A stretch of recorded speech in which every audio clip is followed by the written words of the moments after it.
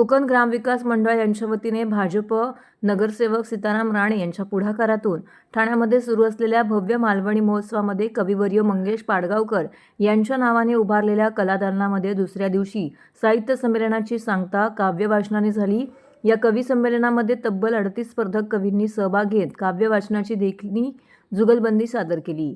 उन्नती गार्डन मैदानातील स्वर्गीय अजितदादा पवार महोत्सव नगरीमध्ये सुरू असलेल्या मालवणी महोत्सवाचे यंदाचे हे 27वे वर्ष आहे।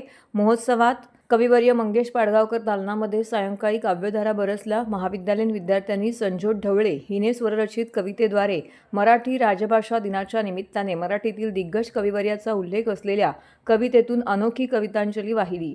सखे ग बाई या कवितेतून एकनाथ शेडगे यांनी स्वतः अनुभवलेल्या प्रेमभावना व्यक्त केल्या। जयेश मोरे यांनी नको मोगरा किंवा चाफा सादर केली, तर वयोवृद्ध नवोदित कवी मनमोहन रोगे यांनी शुभ अशुभ या काव्यातून अंधश्रद्धेवरती प्रहार केलेत।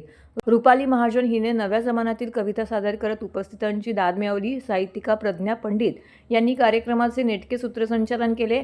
यावेळी व्यासपीठावरती लेखक अनिल कालेकर, रश्मी जोशी आणि कवयित्री ज्योती शहाणे हे काव्यवाचन स्पर्धेसाठी परीक्षक म्हणून उपस्थित होते। कार्यक्रमामध्ये मातोश्री कैलासवासी यमुनाबाई बाजी राणे पुरस्कारांचे मान्यवरांच्या हस्ते वितरण करण्यात आले। यावेळी बोलताना नगरसेवक सीताराम राणे म्हणाले, माझी आई यमुनाबाई राणे ही जरी शिक्षित नव्हती तरी तिच्या संस्कारामुळे आम्ही घडलो। त्या संस्कारक्षम पिढीची जडणघडण व्हावी या हेतूने गेली 17 वर्षे या महोत्सवामध्ये आईच्या नावाने पारितोषिके देत आहोत। दरवर्षी काव्य संमेलन घेतोच, मात्र यंदा साहित्य संमेलनाची नवी रुजवात केली आहे।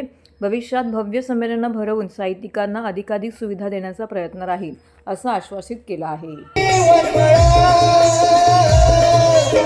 मगना